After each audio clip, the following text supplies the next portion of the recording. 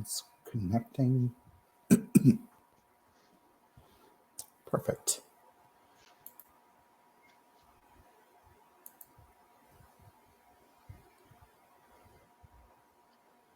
We'll give it a few more seconds and then we can perhaps get started.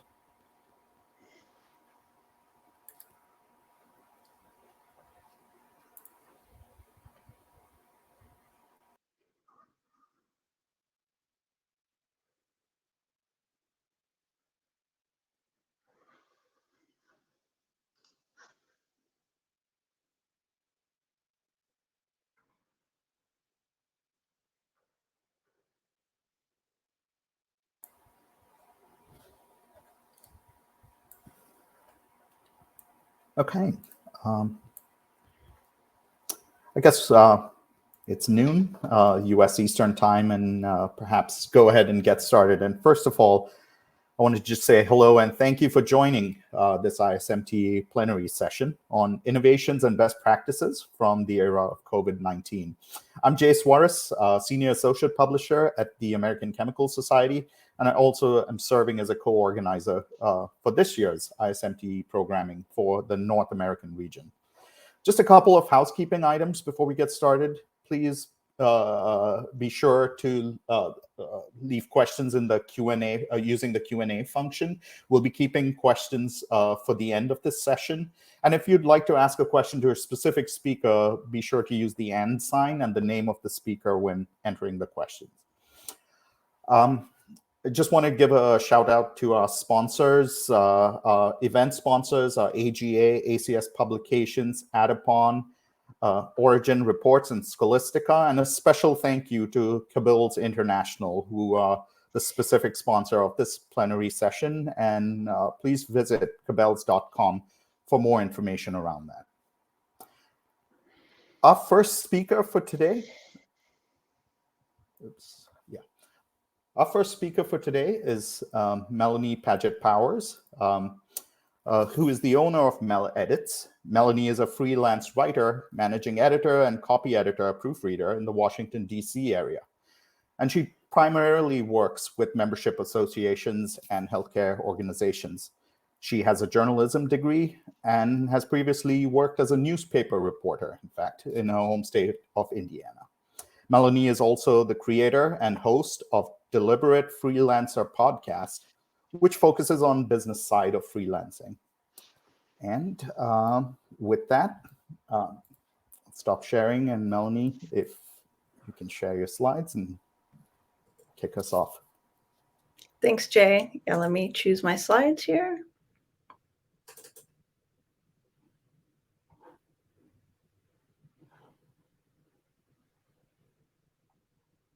Okay, can you see those? Oh, there we go.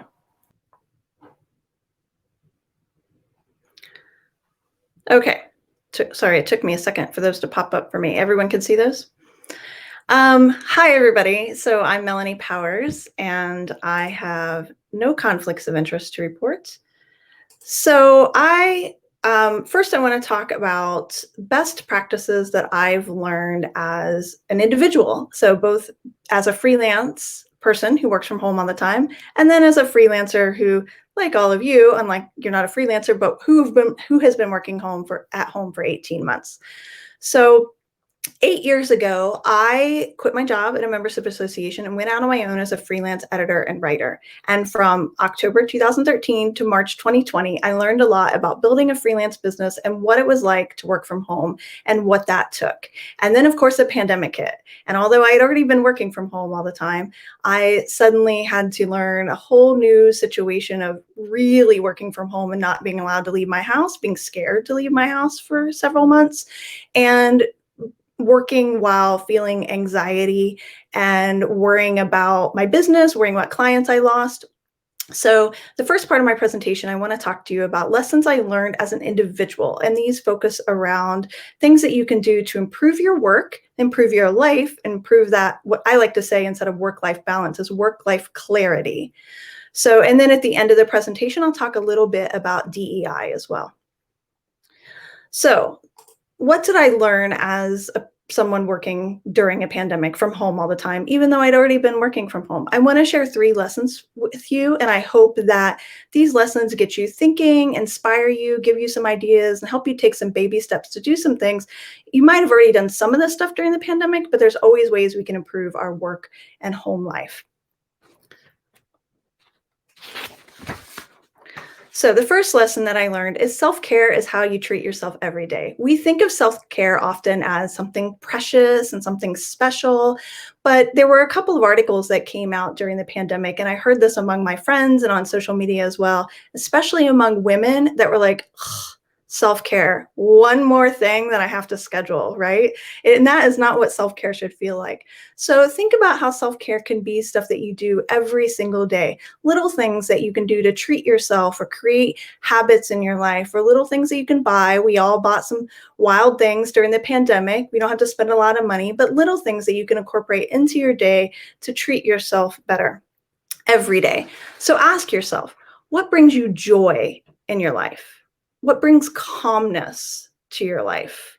For me, for the last few years, I drink tea in the morning, and I order very fancy tea leaves from an independent shop in Cincinnati. I'm from Indiana, near Cincinnati. And I order that tea, and I drink my fancy tea in the morning, and I buy very fancy honey to put in my tea. And that's just a little treat and a little self-care that I give myself every day. And it's a great way to start off my morning routine. And also, if you are a parent or a caregiver, know that you need to take care of yourself so you can be there for your family.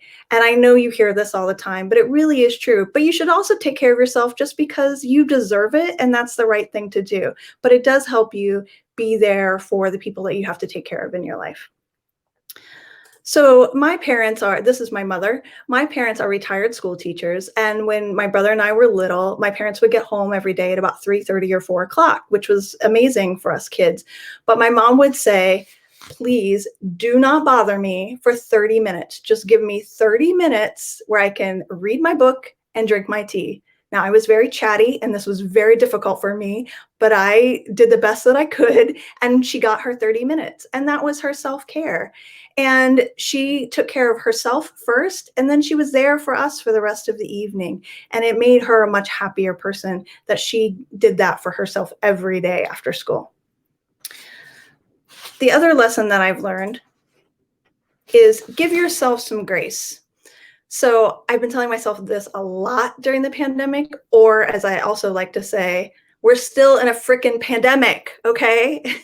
We think, gosh, I should be over this by now, or I should be used to this by now. No, we're still in a pandemic. And I always look at it as kind of the stages of grief. You know, we don't, even though this has been 18 months of this and we are in some sort of routine, you don't know on what day you're suddenly going to feel all this anxiety or anger for no reason or frustration. And it just pops up out of the blue. And that in itself is annoying, right? Because you're like, oh, I should be better at this. Please learn to give yourself some grace, because we're all still in this pandemic and it is hard. Even though we are able to do more things than we could in March 2020, it's still really difficult at times. So I tell myself this all the time. So you heard me say some things like, I should be used to this, I should be doing this. So as my therapist would say, and yes, I saw a therapist, I want to normalize mental health issues, and let's talk more about seeing a therapist and getting therapy. So for the first time in my life in July 2020, I went to a therapist because I was feeling anxiety, and it was July, and I thought, well, gosh, I was scared and anxious in March and April, but things are kind of going good now. I got a routine. Why am I suddenly feeling all this anxiety? And I never felt it to that extent before, where I just felt like I was spiraling. And my husband, who also has seen a therapist, said, maybe you should see a therapist. And I said, maybe I should see a therapist. So I saw a virtual therapist, and she gave me a lot of tactics. I'm very analytical, and I wanted, tell me what to do, and that's what I'll do. And that actually did help me. And I don't want to minimize more serious, mental health issues are all over the place. And I don't want to minimize ones that need a lot more therapy than that. But I got a lot of tactics from my therapist that were very helpful. And I want to share some of those with you. And again, I'm not a therapist, obviously. I'm not a doctor, but these are tips that I got that could be helpful. And one thing that she told me is stop shoulding yourself. So, we say, I should be used to this, or, I should feel this way, or I shouldn't be so frustrated all the time. Or even regardless of the pandemic, we do this to ourselves. I should be more organized. I should be a better mom. I should be a better sibling or friend. Shoulding yourself is a form of self-criticism. It's not helpful. It's cruel. We would never do this to friends of ours or family members, but we do it to ourselves. And like I said, it's cruel. It's self-criticism. It's not helpful. So one thing that I learned is when I have these worrying or anxious thoughts, my therapist talked to me about try to name it, try to figure out what that worry is that you're feeling, and try to put that into words. And when you have done that, then ask yourself 2 questions. Is it accurate? And is it helpful? Now, sometimes it might be accurate, but it's probably not helpful. So now I'm not telling you, okay, well, now you know the worrying thought, just forget about it. No, it's not much harder than that. I understand. But one thing that I do that helps me when I have those worrying thoughts and I've realized what they are is I do visualization. So visualization for me is I pick pick one of your favorite places in the world. And it can actually be a place you've never been to, but you've always dreamed of, and you can kind of imagine in your head because you've seen the videos and the photos. Pick a wonderful place like that. For me, it's Key West. I love Key West. And use all of your senses to imagine that place. So stop and close your eyes, take a breath, and what does it smell like? You can smell the beach. What does it sound like? You can hear the ocean waves. You can hear the breeze. You can hear the seagulls. What does it look like? So when you start to visualize that place, what it does is it brings you to a happy place, but it also gets you out of that anxiety because it brings you back to the present. And anxiety is usually about the past and the future. And getting rid of anxiety is you need to come back to the present to help get you out of that anxiety in that moment. And visualization is helpful for me. And the other lesson that I learned during the pandemic is set boundaries. And some people are way better at this than others. And I know it can be really hard for people. And maybe you've already sort of accidentally set some boundaries during the pandemic when people were doing, kind of interrupting you in your home office and that kind of thing. But we can always do better at setting boundaries. And so that is something that I definitely learned during the pandemic. And I'd encourage you to think about some more. So start off by thinking about all of the things in your workday and in your home life that are frustrating or that you want to change or that you just don't like. And then write it all down.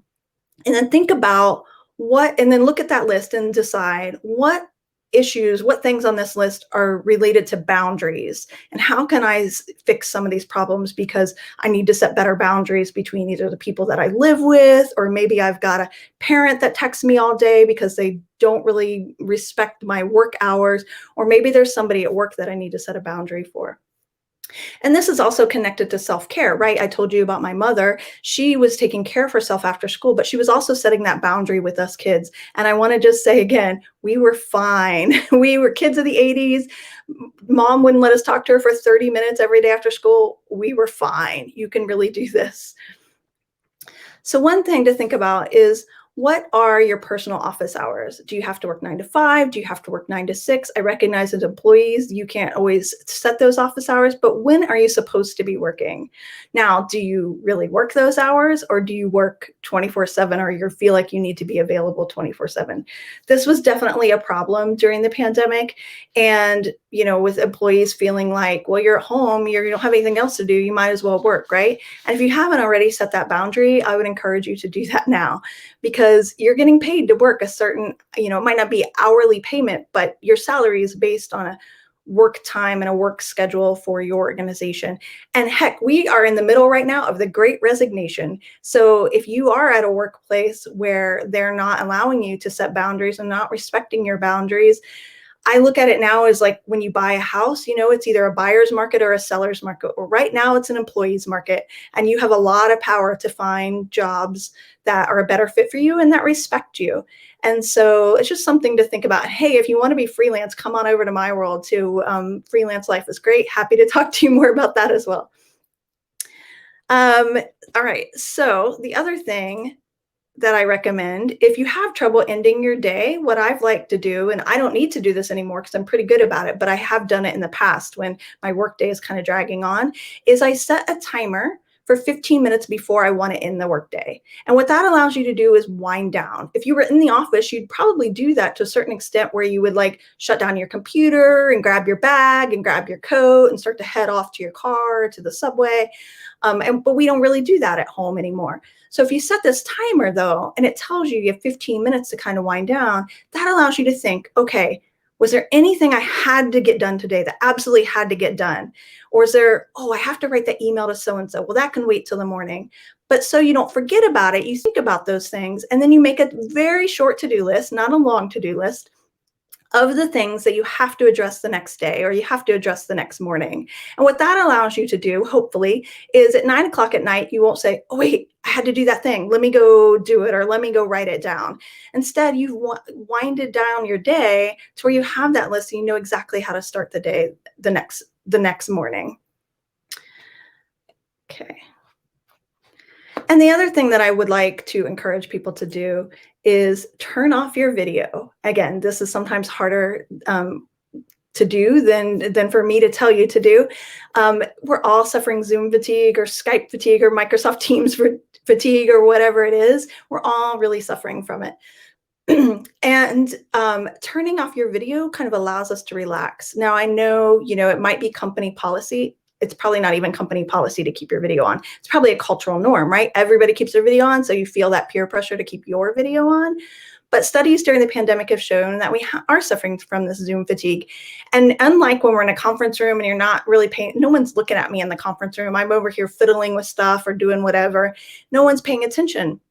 When we're on Zoom, we're on video, we feel like everyone is staring at me. You're looking at me in this box right now. And even if it's a meeting of 25 people, you feel like people are staring at you. And studies during the pandemic have shown that women in particular are hyper-focused because we can see ourselves, are hyper-focused on what we look like on video. And it's, we're thinking, do we look engaged? Do we look like we're paying attention? Am I smiling enough? Well, all the things that we think are annoying when people tell us to smile, right? But we're thinking about those things. Oh my gosh, does my hair look good? Let me adjust my glasses. We're not even focused on the meeting sometimes because we're so focused when we catch ourselves in video. And so it's very distracting and it's exhausting. And so if you can start to normalize turning off your video, that is a great thing. And if you don't feel like that's something you can do, maybe you can pull a few allies in at work and you can band together. And if it's really something that your company doesn't like or organization doesn't like, then maybe you can build your little case study with a couple of other people and look for some of those studies that talk about Zoom fatigue and the hyper focus, and make your case to the higher ups about maybe we can just start by turning off the video here and there. Some companies have declared no Zoom Fridays, and that's a great first start, but that means you're on Zoom the rest of the week. So think about how you can start to normalize turning off your video. And one thing, if you do have trouble with that, one thing I did at my last job is I found an ally at work who had more power than I did. So I was a manager at my last job, and sometimes I would see things in the organization that I thought needed fixed. And, you can decide whether that was my decision or not. And if I wasn't getting anywhere, or I felt like people weren't addressing something that was really serious, I actually had become friends with our general counsel. And so she was an ally, and I would go to her and I would talk to her about these issues. And I wasn't trying to trick her into doing something. She knew exactly what I was doing. She was a confidant.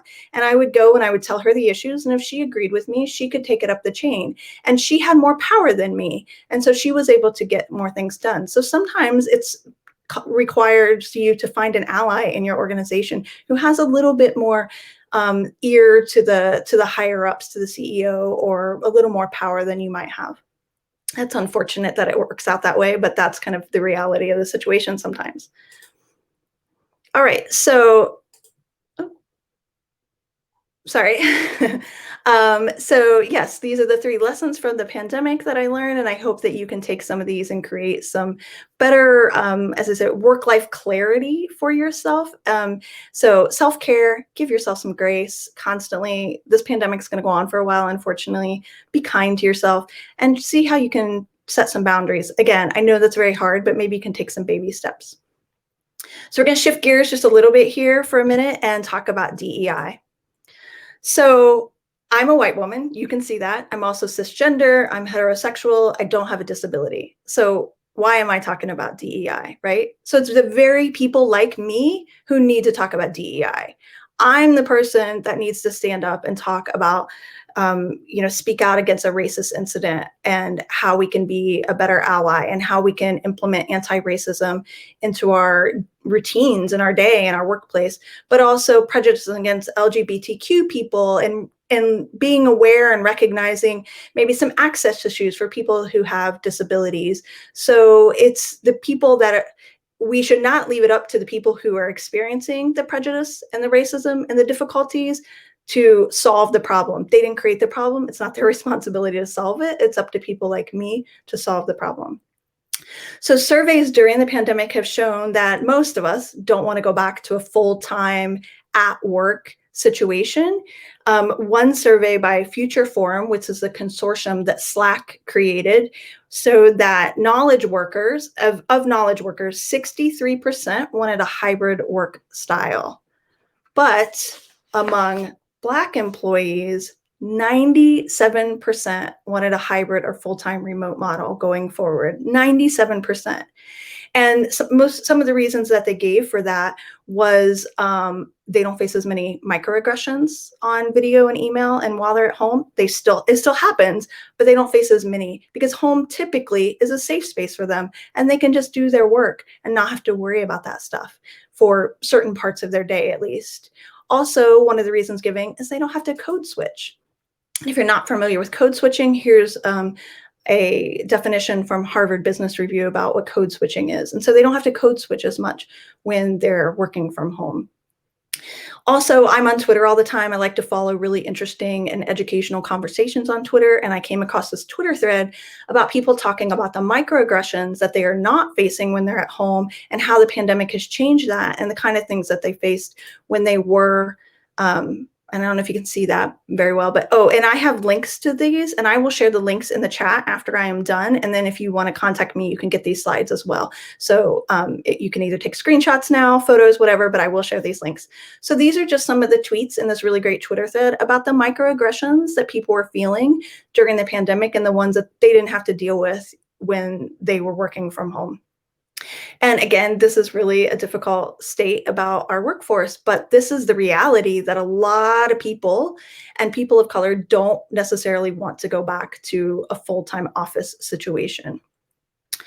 So, sorry to make sure I don't lose my place here. So what can you do to build a better workforce? Well, one thing you can do, obviously, is educate yourself. And one thing that I've been reading a lot about this past year, and I've been seeing more about, is this idea, this definition of professionalism. And people argue, and I think this is a very interesting argument that I accept now, that professionalism is inherently biased because at least here in the US, professionalism is based on a white, heteronormative Western norm. That means professionalism, we think about how someone is dressed and what their hair looks like and just how they are in their day. And if it's based on this white heteronormative Western norm, then people of color are automatically at a disadvantage when people think about professionalism, right? So a lot of people are saying professionalism, the idea of professionalism and the emphasis on professionalism and the use of the word is inherently racist and biased. And so that's something that I would encourage you to learn a little bit more about because I think it's really interesting and will be really important moving forward into the workplace, especially one tiny little aspect of that is we are all dressing way more casual and being way more casual with our hair, and women sometimes are wearing less makeup or no makeup at all. We're all wearing ponytails, except for today. And so I encourage you to think more about that. And then one thing I just want to talk to you about briefly is what can you do personally on DEI issues? So again, educate yourself, be quiet and listen and accept feedback. Sometimes that's really, really hard because you want to jump in and talk about your opinions and say you support somebody, but sometimes you just need to be quiet and listen. And when you're receiving feedback, it can often be uncomfortable. And if it's not uncomfortable, you're probably not diving deep enough, because DEI is uncomfortable when you start to have these conversations. But that's important if we're ever going to make things better, right? So here's a couple other things that you can do. One thing at the end there, be a sponsor. This is something else I've seen more people talk about in this last year. And it's a little different from being a mentor. Being a sponsor means doing things like recommending a person for a highly visible opportunity, inviting them to important meetings, not every meeting, people don't want to go to more meetings, but a meeting that really can help their career or introduce them to people. Openly acknowledge their accomplishments. You know, so-and-so is the one that really helped me on that project, or they took the lead on that. You know, start to put their name out there and make sure that they get the acknowledgement for the work that they're doing. So again, there's a really great article from Harvard Business Review about how to be a sponsor. And then I just want to end by sharing this link. And again, I'll put it in the chat, and it's available for me. And it's another great Harvard Business Review. It goes into a really good detail about how to be a better ally. And there's a lot of things in there that you personally can do to be a better ally in the workforce. All right, so I just want to thank you for inviting me to your conference. I've had a really great time speaking with you. It's been quite an honor, and this is all my contact information. So feel free to reach out or connect with me on Twitter, email me, whatever you want. Thank you so much.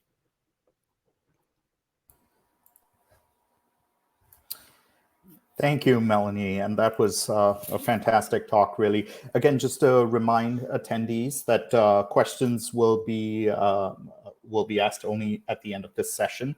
So I'll move over to our second speaker, who's Simon Inger. He's a co-founder at Cadmore Media.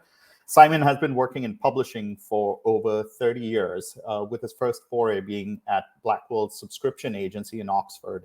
After some years of leading a product development team in library technology and online customer services, he founded the platform service provider Catchword. Subsequently, he has worked as a consultant in all aspects of journal strategy. In addition, Simon co-founded Renew Consulting for Societies, which assists societies with their publishing partnership arrangements. Most recently, Simon has co-founded Cadmore Media, a company specializing in streaming media technologies for scholarly communication. And without much further ado, welcome, Simon, and take it away. Okay, thanks very much. Let me just see if I can share my slides and get going. Is that working? Yes, I think it is. Good. Hi, yeah, well, thank you for the introduction, and thank you all for being here. It's kind of my job to focus more on the business side of the pandemic, if you like, and what's going on. I'm going to feel a little mercenary after that lovely presentation from Melanie there, but I will. I do have a human side as well. I'm just focusing on the business stuff right here. Yeah, it's just on that actually. It's kind of interesting. I've been, as Chica said, in the business for 34 years actually now. And since 1994, one way or another, I've been the boss of a company, and the pandemic's been really challenging from a management point of view. You know, trying to look after all of your staff and understand what their needs are as you go through as well. So it's been a very, very challenging time. At the moment, I work at Cadmore Media, one of the co-founders of Cadmore Media, and Cadmore does streaming media technology and services for scholarly and professional societies and associations. And it's kind of with that hat on that I'm going to be talking about some of the opportunities that have arisen in the scholarly information space as a consequence of the pandemic, and indeed other factors. So, you know, sort of global warming issues and so on, climate issues. Let me see if I can just get these slides to do their thing. Move that out of the way. Okay. So no conflict of interest with anything going on that I'm aware of in this talk. Okay. So first point is COVID has been a great leveler. It's been very interesting. I don't know if any of you cast your minds back to pre-pandemic. Many of you have been in larger organizations at one point or other in your career, perhaps where there's been a HQ and satellite organizations. And I first witnessed that when I was at Blackwell's a long time ago. And Blackwell's was based in Oxford, but had significant subsidiaries in Oregon and also in Australia and other countries. And only when I'd visited those other organizations did I realize what it was like not to be at the HQ. You get to, because you miss out on key conversations, you miss out on a lot of the important chat that goes on around the water cooler or where managers congregate in corridors or whatever. And what's been really interesting about COVID is that it's kind of the same for everybody now. We're all that in the same position, and you don't get to meet people in the same way and have the outside of meeting conversations in the same way. So I think it's actually helped in many ways bring everybody to the same position. Another area that I've seen significant changes is in conferences and events like this one. In all the subjects, in all the sciences and so on, it's normally the elite that have the budget to attend and the time to attend, the privileged people that get to go to conferences that are in person.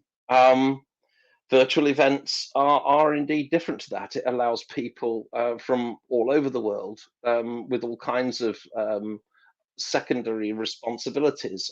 Just being able to get away from home is no longer a need. So I think it's been really interesting.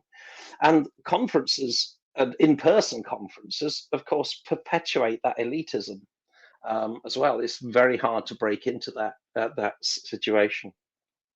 And you'll be familiar, we've all been to conferences where just the same few familiar faces are confident enough to ask questions at the end. In an online environment, that's not the same. Early career people with all levels of engagement and experience are able to ask questions just as easily.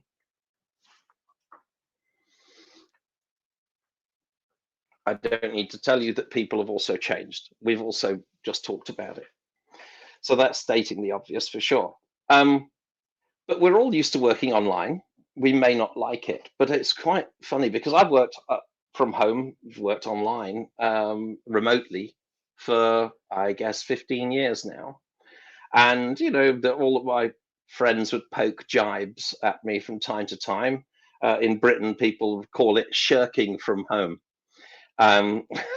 But now, of course, we're all doing that. We're all used to working online and being at home. We've all become Zoom experts, whether we liked it or not. And whether we like it or not, since a lot of our presentations and our conversations get recorded, we've all become video creators and indeed online presenters. That's something we didn't know we could do. Pre-pandemic, I think I presented once remotely to an SSP conference in Vancouver from the UK. And obviously, during the pandemic, I've done many times when I presented remotely, and I can't count anymore how many times that's happened. So I've become quite, well, hopefully reasonably good at it. Obviously, we've all become even more used to learning online as well. And I think that one of the fascinating things is that many people became more efficient working from home. Many got less efficient working from home. Many worked longer hours, whether they were more or less efficient. And it probably, in many cases, made it harder for new employees to learn their job from others. Having said that, as well, in certain organizations, I have a friend who's telling me that she was introducing a new employee to their business. And she said, well, in the traditional environment, I would walk that person around and to introduce them to the CEO. The CEO would come to the office door, say hi for 10 seconds, and that was it. in an online environment, they got a 15-minute meeting scheduled, which the CEO attended, and they got more time that way. So I think that's quite interesting that these things can cut both ways. Now, certainly as well, events have changed. So you don't need me to tell you that with COVID came the rapid shift from in-person to virtual events. And in my experience, it's been a very interesting time, and it's left events organizers in one of several camps. And this is not an exhaustive list by any means, but there's certainly those societies that ran a virtual event and made a success of it because of the increased reach, diversity, equity, and inclusion, and accessibility improvements that came from running an event remotely and virtually. And as a consequence, they want to keep virtual as part of the mix going forwards. And that's assuming, of course, that those benefits that they saw align with their mission and what they're trying to achieve from their conference. And we'll come back to that a little later. The other thing is that societies that did virtual, some of those societies that did virtual had a disastrous time and cannot wait to get back in person. Because they assumed, many societies have assumed that just because virtual didn't work for them, it doesn't work. Whereas some have had some great successes. And then there are lots of societies as well that did virtual, did it well, but are still compelled to go back largely to in-person events. And that's because of their stakeholders, quite often, who may themselves be the elite and like the status quo, but actually also societies that have got venue bookings stretching years off into the future, and they're going to have to pay for those venues anyway. So that gives them a significant problem. Another thing is that you also come across societies that run multiple events per annum, and they've had the chance to hone their virtual event skills and maximize the gain and minimize the setback that they've seen. Now, I guess we're in that phase now where we've had wholly virtual this past year and a half, probably some flavor of hybrid conference next year, which we'll talk about a little bit later. But some element of it being in person and some remote. But I do think that the virtual element, if executed well, does have the potential to be way more inclusive, both geographically and socially. It's a way less discriminatory environment and be consumed ahead of time, which helps with some aspects of accessibility. If you're talking about accessibility, then and you talk about it with accessibility and events and online conferences, then the one thing that people really want is the ability to consume the content in their own time ahead of time. So if you're able to pre-record talks, somebody with any kind of disability might be able to consume that ahead of time and have more time to understand the content, digest it, and have questions ready for when the in-person part of the event happens. So I think that's been very, very interesting as well. Of course, travel has changed. I had a very interesting conversation with a director of events at a London-based association a couple of weeks ago. And she said, there's no such thing as an international in-person event anymore. What with COVID, climate change, and how organizations have changed their travel budgets. I think that's really, really telling. I really want to think about that. Someone else said, corporations, institutions, and others have got used to spending a lot less on travel, and that budget is not about to bounce back. And I'm aware of companies that have told me, large companies that had a $50 million a year travel budget that have cut it for 10 post-COVID. That's where they're aiming. So some very significant changes that are coming. Now, I think it's very interesting, again, because this kind of the US and the rest of the world when it comes to events. A lot of US-based events are international by name, and they'll be able to continue in person just because their domestic audience is large enough to make a meeting viable. And that's going to be very interesting. That would not be true for a European society in most cases, I think. That in itself, if the international US societies are able to carry on running conferences with just a domestic audience, that may well set up a very difficult dynamic in the future, with overseas researchers being the poor relations. That's the very opposite end of inclusion. I think this is already happening this year, as some conferences forge ahead with domestic-only attendance. I think that's going to be a very bad thing. So I applaud those that seek to do hybrid and keep a significant element of what they do online. If a society is in more of a subject niche, they rely on the world flying over to come to the conference, and then we're in trouble. I think that's kind of obvious now. Everyone's travel budget is being halved or less. And if that is happening, if everybody's travel budget is halved, then does that mean half of the events will fail, or that every event will have half as many people in it? I'd rather fancy what will happen is that people will cut back the events they attend just to the key ones, and they'll expect the rest to be online, because I think otherwise they will wither. This may all sound very negative. I don't mean it to be. Actually, all this chaos and instability creates a significant opportunity. There are definitely going to be winners and losers in the coming months and years, and wholly new players and approaches, I think, too. And I've definitely seen a number of societies who have managed to morph their events into something that used to be 500 people in person and now 2,000, 3,000 people online, much more globally inclusive than they used to be. Another element is that online teaching products got easier to create. I think that's interesting. A lot of content suitable for teaching is now born as video, the latest presentation at events just being one of those things. Commissioning content got a whole lot easier because top scientists are now comfortable with self-recording and working remotely. Many universities have discovered that online lectures are a better medium for students than in-person lectures. And I always felt this, and this is one of the reasons I've worked with societies for so much of my career, is that societies in particular have access to the very best scientists and practitioners in their space. And so either independently or in collaboration with a partner should be in an ideal position to make new products.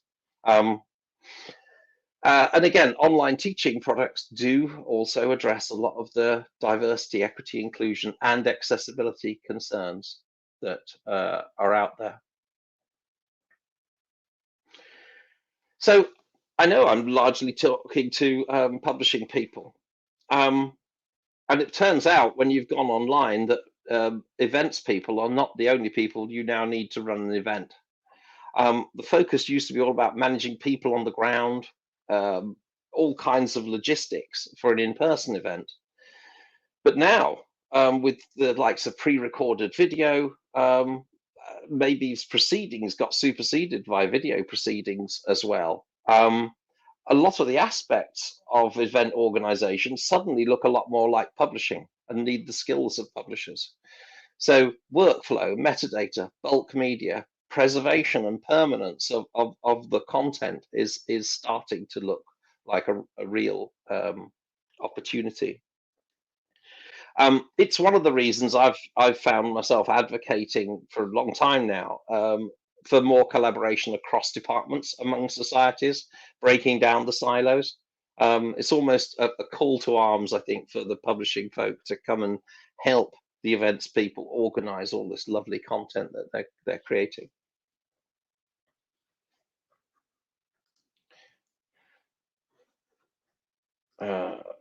Okay. Sorry. Yes. Another interesting area is that new products are arising out of online events. On-demand libraries of past events are there right now. Now, I kind of coined the phrase internally about video proceedings some time ago. I kind of like that idea. And especially when I hear that it's increasingly hard to get scientists to write proceedings papers, especially if they've already given a talk and you videoed it. I don't see why you wouldn't have video proceedings instead of written proceedings to record the science in many ways. Couple of examples that are out there that you might want to see. So there's a site called Orthomedia, which is orthopedic surgery from Bone and Joint Society in the UK. And also the American Institute of Aeronautics and Astronautics has launched a video library with some 5,000 presentations from its conferences over the last year or so. So will proceedings be replaced by video proceedings? This is an opportunity. Will events be replaced by video preprints, if you'll pardon the term? Will events adapt by becoming a venue for ongoing video presentations throughout the year?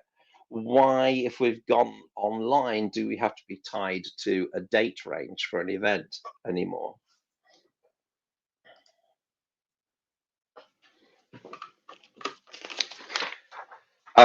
Okay, so just I appreciate time's running away, so I'll go just finish off here. I've talked a little bit about accessibility already. I think that's one of the great benefits. At Cadmore, we're strong believers in making all our products accessible. And I think events lend themselves to this very much. Pre-recording a scientific event, thousands of talks maybe, can all be presented with closed captions. They can be searchable. And you can consume the content in your own time in advance of a physical get together or just an online get together for a chat.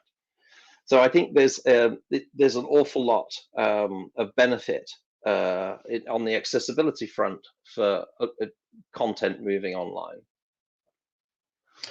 So what's your goal, and why do we do all this? Well, for many of you, of course, you're commercial organizations, it's money.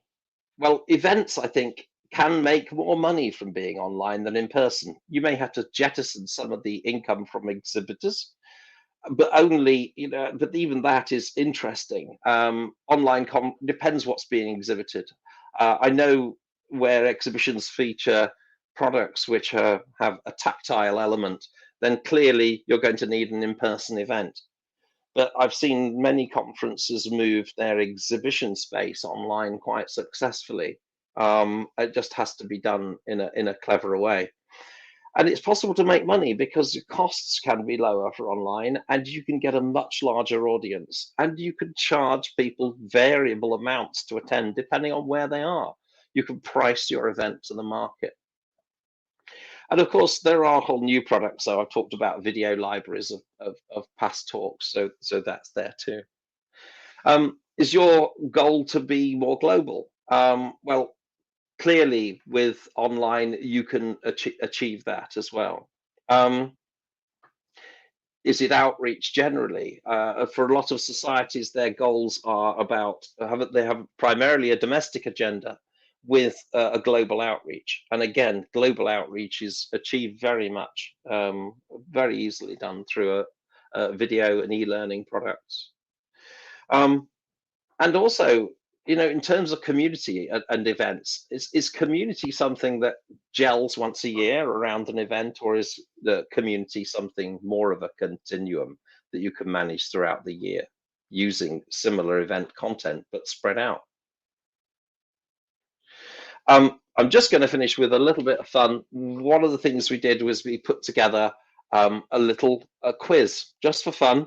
Although it seems to come out quite accurately. Which shade of hybrid event are you? It asks 20 questions, like a magazine quiz, and it will tell you how to organize your event. It's well worth having a little play with it. And again, conscious of the time, I'm just going to wrap up there, leave my details on screen and say thank you very much and look forward to some Q&A. Well, thanks so much, Simon. And also thank you to Melanie. So two really wonderful talks and some excellent perspectives. We're going to open this up for some Q&A. There's one question. There's a question for you, Simon, if we can start off with that. When you say that COVID has been a leveler, do you mean within businesses? My experience has been that there's been a dramatic de-leveling between office and service workers than there was already, as one got to go remote and one didn't. Yeah, I think that's interesting. Yeah, I suppose I was thinking partly between businesses, but actually also thinking of our ultimate audience, the scientists. I think it's made a significant difference to scientists around the world, and that their voices are much more more loudly heard. But no, that is very interesting. I know different businesses have obviously reacted differently to how they've organized or disorganized themselves in this situation. It's clearly a major challenge. And do you have any perspective on that, Melanie? Sorry. No, Okay. Mostly because I work from home, so I don't see it as much. Sure. And I just wanted to bring up something. This is a question from me, actually. I'm wondering, during the pandemic, colleagues have been working from home, staff have been working from home, seem to have almost outperformed what they usually used to. But as we transition back to the offices, there is going to be a reverse, an anxiety going back to that sort of environment. Do you have any tips, Melanie, for us, maybe the managers, staff, on handling that sort of situation? Yeah, I think that's a good question. I think that's going to be tough because what already happened pre-pandemic is some people have found it's difficult also to work in a regular office environment. You get called into all these meetings, people are stopping by all the time. And so what they would do is they'd get their real work done when they got home. And I'm afraid that that's going to happen too. And as you said, people are going to might be anxious and have some newfound worries. I don't know that I have a lot of tips. One thing I think is a mistake is I've seen there was an article about people going back into the office and to only be in a closed off conference room by themselves on Zoom meetings all day. So they were commuting and in this building, but everybody was still meeting on Zoom. And so I think people need to be really careful about and have a great plan about this is the managers, right? And the CEOs, about how they're really going to come back and when they're going to come back and do they need to come back. I worry that people are already facing burnout, and then you're going to have that new anxiety pop back up when you get back into the office. So again, it's kind of setting boundaries, looking at, really examining, is your workplace, might give them a little bit of time, but how have they treated you during the pandemic? What is the culture? Is it time to move on? I'm not one to always say quit and become a freelancer, but I really do wish that people would look more at how their company treats them and whether that's a place whether you can help change it or whether it's a place you just need to move on from. I just want to add, because I'm really, one thing I think that concerns me most, and it's probably because I've got two daughters who are entering the workforce at the moment, is how, as a new starter in a business world, do you make progress when you've got to be honest, the older group who are very happy working from home because it's very convenient, and a younger group whose social life and frankly just the room to work. I was in plenty of meetings during the pandemic with people who were 23, live in a room in London, and that was their entire world. One room. There was a bed, a cooker, a sofa, or a chair, and that was their room. And they're desperate to get out. So you've got half the workforce quite happy to work 1 day a week in the office or less and work the rest from home because they're productive and they can do their stuff. But that's also because they're established. And then you've got another bunch who are desperate to get back to just a change of scenery and somewhere better to work than at home. I can add to, I think what's important is the flexibility, right? So if you do open your building again, Oops, Simon accidentally left. If you do open your building again, I think it's really important to allow people to work from home if they want to work from home. And the people that want to come in, I hear, I forget, you all are going to know the name, but the sort of the floating desks where nobody has an office, but you can come in when you feel like, and you have an office to yourself or maybe a cubicle to yourself. Now we might get offices back because of COVID. And people can come in as they want. And that kind of solves or helps with that problem of, it's not always younger people, but that is an issue. I'm glad Simon brought that up. There are also people that as they are younger, or depending on what cities they live in, they might also have roommates, and all the roommates are trying to work at the same time too. So I like that kind of floating desk idea, floating offices, and it really comes down to the flexibility that they should offer. Simon. I made it back. It just told me that I just joined the conference from somewhere else at the same time and threw me out. I thought you were having a mic drop moment. So there's another question here for you. One of the difficulties of virtual events is that it's hard to be fully present. Your email and daily work is right there. Do you have any tips for attending virtual events well? Yeah, that is very interesting. I think you just have to study the timetable and book yourself in as meetings when you're there. And I, just as I've done here, I've turned off my email. I just have to turn it back on to get back in, but I turned off my email while I'm here. And I think you just have to do that. But schedule in the actual talks, make diary entries for them. And I'd be strict with yourself. I suppose, again, I've been working from home for forever, so I'm very strict with my diary.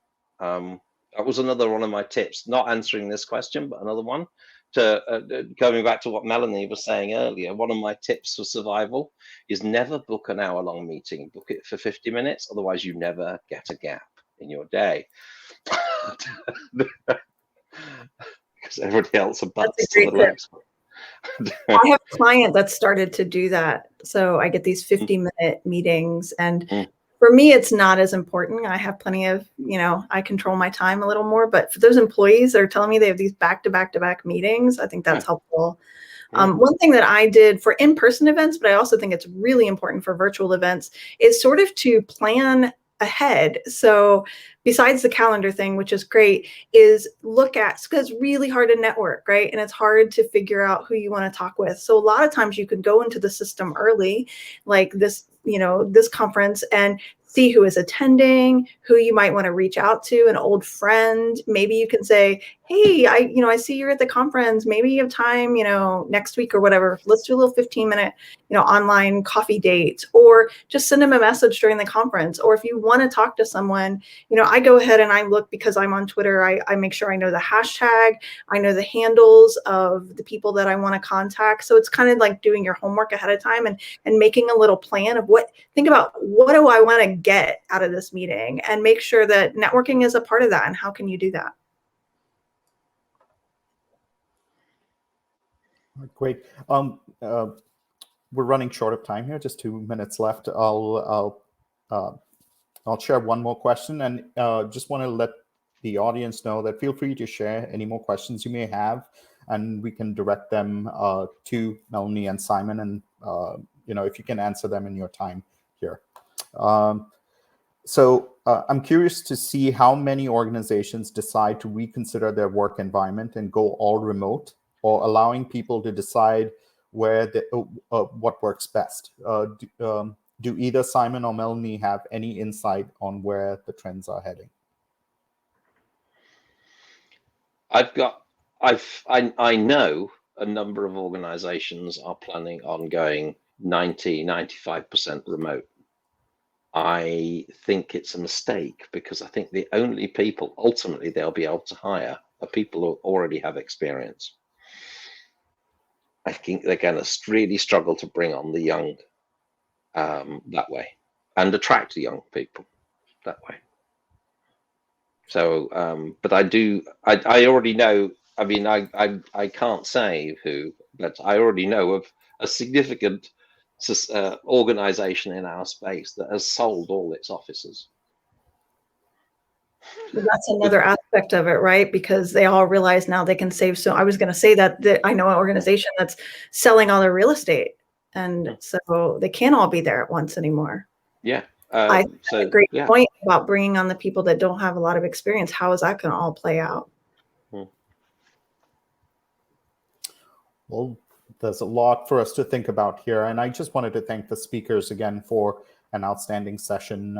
Really appreciate it. And feel free to contact the speakers within this this platform we have here with any further questions that you may have.